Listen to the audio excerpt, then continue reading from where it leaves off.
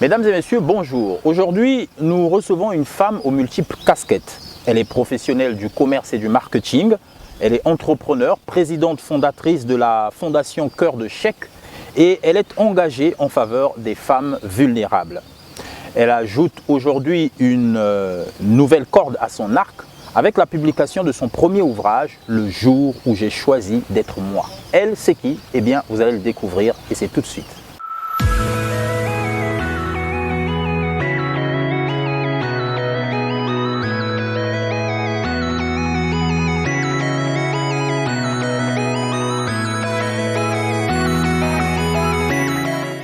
Bonjour Madame Chekina Nanour Chilendo. Bonjour monsieur. Merci d'avoir accepté notre invitation. Ok. Alors, le jour où j'ai choisi d'être moi, le jour où vous avez choisi d'être vous, Madame Chekina Nanour Chilendo. Le jour où j'ai choisi d'être moi, pour moi, c'est le début d'une nouvelle vie. Ça vient préciser le jour où j'ai compris que je ne devais plus vivre par rapport au regard ou les jugements des autres, mais que je devais commencer à me prendre comme ma propre priorité. C'est ce que définit le titre de ce livre. Voilà. Et ce jour a tout changé dans votre vie? Bien évidemment. Alors, venons-en sur votre parcours personnel. Pourquoi avoir choisi au finish ce thème par rapport à votre parcours personnel? J'ai choisi ce thème parce que j'ai voulu passer un message d'espoir, un message d'encouragement à une catégorie de personnes. Quelles que soient les difficultés que vous traversez dans la vie, j'ai voulu passer un message d'espoir en faisant comprendre à ces personnes qu'il est encore possible de se réaffirmer, c'est-à-dire concrétiser ses rêves et aller de l'avant. Voilà. D'accord. Oui, ça c'est très intéressant. Alors, ça voudrait dire que si vous étiez resté la même personne qu'autrefois, qui se préoccupait du regard des autres, exactement. Est-ce que ça veut dire que vous n'aurez jamais réalisé ce que vous êtes en train de réaliser aujourd'hui? Non, je ne devais jamais réaliser ce que je réalise aujourd'hui parce que hier, quand j'étais figée sur ce que les gens disaient de moi, je n'évoluais pas. J'étais toujours dans une carapace. Quand j'étais figée sur ce que les gens disaient de moi, je n'évoluais pas. J'étais toujours dans une carapace. En fait, je dépendais en fait des autres. Mais dès lors que j'ai compris qu'il fallait sortir de ma zone de confort, j'ai commencé à me faire confiance, chose que j'avais perdue autrefois, et j'ai commencé à entreprendre. Et aujourd'hui même, la preuve est là, est que je veux traverser en fait les barrières, être comme je peux le dire, une icône en fait pour passer le message aux autres qui se retrouvent aujourd'hui dans la même situation que moi hier, qu'il est toujours possible de croire et avancer en fait. Voilà. Pourquoi c'est important de se détacher du regard des autres pour réaliser ses rêves? Parce que vous savez, quand vous prêtez beaucoup attention aux dires des autres ou au jugement des autres, il vous est vraiment difficile de voir même le potentiel que vous avez en vous-même. En parlant de mon histoire, j'ai vécu beaucoup d'humiliations, j'ai vécu beaucoup de critiques, beaucoup de jugements. Et à cette période, je ne voyais plus la femme intelligente, voilà, émancipée que je pouvais être. Je me disais juste que tout ce que les gens disaient à propos de moi, c'est ce qui était réel.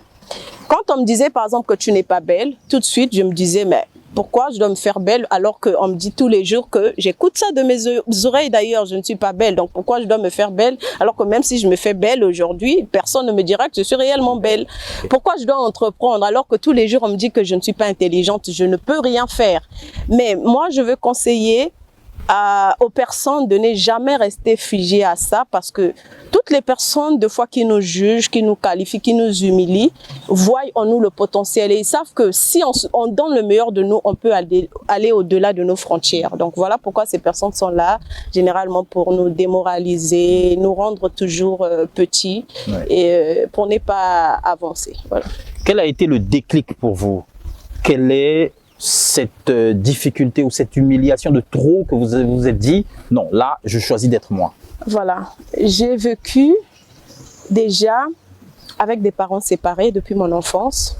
J'ai vécu dans une famille normale jusqu'à l'âge de 13 ans où mes parents ont pris la décision de se séparer. Et j'ai vécu difficilement cette séparation de mes parents parce que pendant que tous mes frères étaient allés avec ma mère, moi j'étais restée avec mon père. Et pendant cette période, je ne suis pas restée avec mon père parce que je voulais réellement être avec mon père. Je suis restée avec mon père parce que je ne voulais pas voir mon père malheureux. Je ne voulais pas non plus voir ma mère malheureuse. Donc, j'étais dans l'embarras du choix. Est-ce qu'il fallait aller avec mon père ou rester avec ma mère?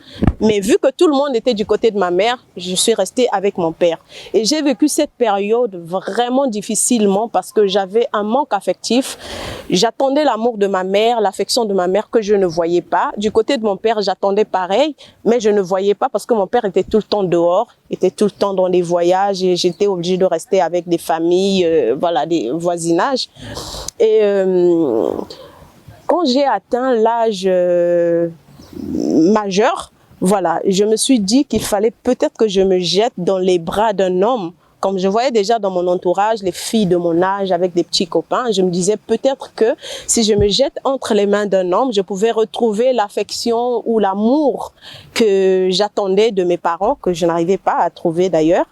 Et c'est comme ça que je me suis lancée dans une relation amoureuse. Au début, tout allait bien, jusqu'au jour où je me suis confiée totalement à la personne.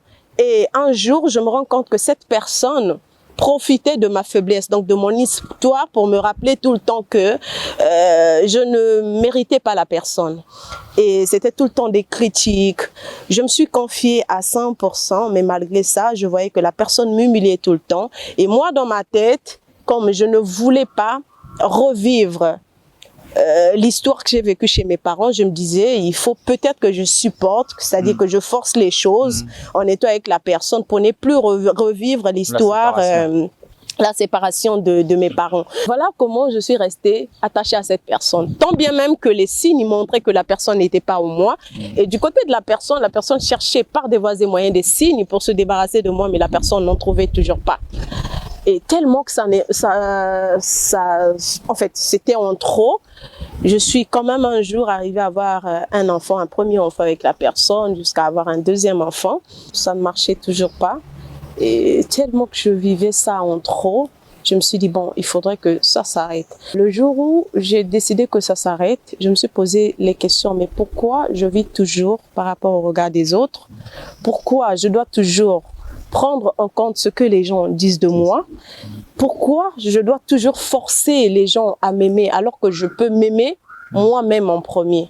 Et c'est le jour où j'ai décidé de ne pas laisser cette histoire au fond de moi. J'ai décidé vraiment que si j'arrive à sortir de cette histoire, il faudrait que je fasse de ça une histoire qui va aller au-delà des frontières pour faire comprendre à d'autres personnes que on peut vivre des moments difficiles, mais ne cherchons pas à nous victimiser, parce que quand tu restes dans une situation où tu te joues la victime, ça te permet pas de te développer ou construire ton avenir. Mais quand on passe par des situations difficiles, il faut tout juste comprendre que ça peut arriver à n'importe quel moment. C'est pas faux que les difficultés existent, c'est pas faux que chacun de nous passe parfois par une période très sombre de sa vie, mais après ça, il faut voir comment s'en sortir et continuer son chemin. Alors, quand j'ai essayé de parcourir votre ouvrage, j'ai remarqué une certaine manière d'écrire. C'est pas des paragraphes compacts, mais ça ressemble à des citations, mais ce ne sont pas des citations. C'est bien un ouvrage, un livre, un roman. Ce que vous dites est vrai. Là, par exemple, je vais prendre l'exemple de ce paragraphe. Je suis dans le paragraphe 11 de mon livre, là où on dit « Osez vous former, travailler et entreprendre ». Dans ce paragraphe, quand vous ouvrez, vous avez tout de suite une facilité de lire ce paragraphe. Pourquoi? Parce que je n'ai pas voulu encombrer ce livre par trop d'écrits, parce que moi, je suis congolaise, 100% congolaise, donc je sais que le peuple congolais, jusque-là, on n'a pas vraiment la culture de la lecture. Quand tu présentes à quelqu'un un paragraphe qui est tellement rempli d'écrits, tout de suite, la personne a une phobie. Et même si le message est assez captivant, le message est assez important, la personne ne trouve pas l'envie de continuer sa lecture, parce que les écrits, des fois, donnent de la phobie de la lecture, sincèrement.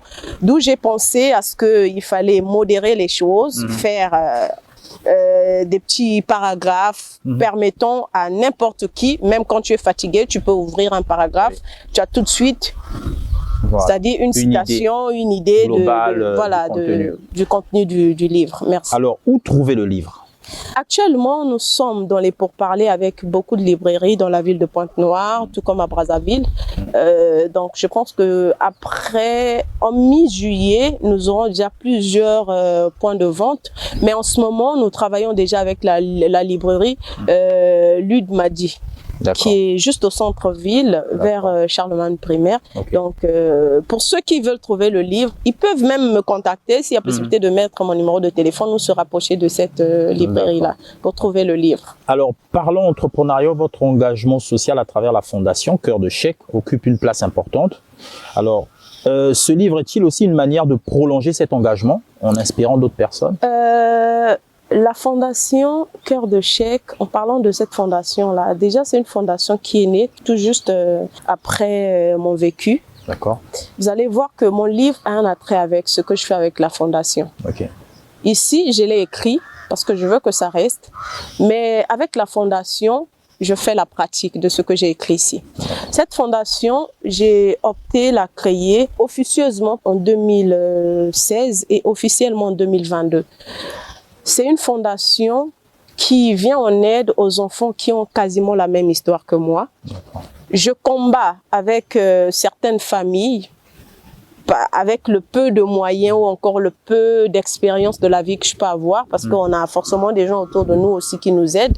Donc j'essaie de combattre, c'est-à-dire j'essaie d'éviter les ruptures dans des familles. D'accord. Tout le temps, quand on me dit, par exemple, telle famille est sur le point de divorcer, la séparation et tout, je viens avec le peu d'expérience de la vie que j'ai. J'essaie d'apporter le peu des conseils que je peux pour ne pas que leurs enfants puissent vivre ce que moi j'ai vécu.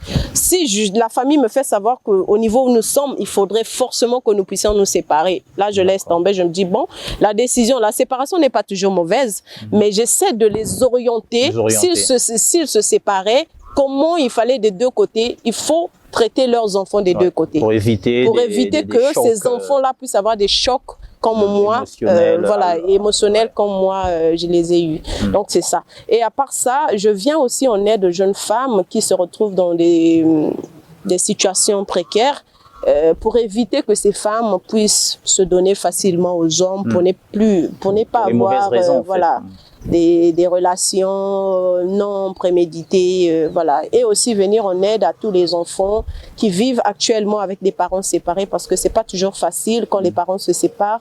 Les enfants, souvent ce sont les enfants qui payent les conséquences. Donc la fondation essaie de jouer un peu dans ce sens. D'accord. En tout cas, merci beaucoup. Et peut-être pour finir, un mot de la fin ou des projets d'avenir? Bon, pour l'avenir, je compte vraiment créer des conférences où je donnerai la possibilité à toutes ces personnes qui traversent des moments difficiles de s'exprimer, de vider leur cœur, parce que beaucoup de gens traversent des moments où ils ont besoin de l'assistance, besoin de motivation, de confiance, mais souvent ils se confient auprès des mauvaises personnes qui après utilisent ces confessions pour des moqueries, des jugements et tout. Et je voudrais vraiment créer des conférences et aussi continuer à promouvoir ce livre pour que ça soit un livre exemplaire, un livre qui va aider toute une génération de personnes. Voilà. Merci beaucoup et nous vous souhaitons en tout cas bon courage et bonne continuité. Merci beaucoup. Nous étions avec Madame Shekina Nanour Chilendo, qui est entrepreneur, présidente fondatrice de la fondation Le Cœur de Chèque et écrivaine. Et sur le marché, voilà, le livre à ne pas rater, le jour où j'ai choisi d'être moi, en d'autres termes, le jour où vous avez choisi d'être vous. Merci.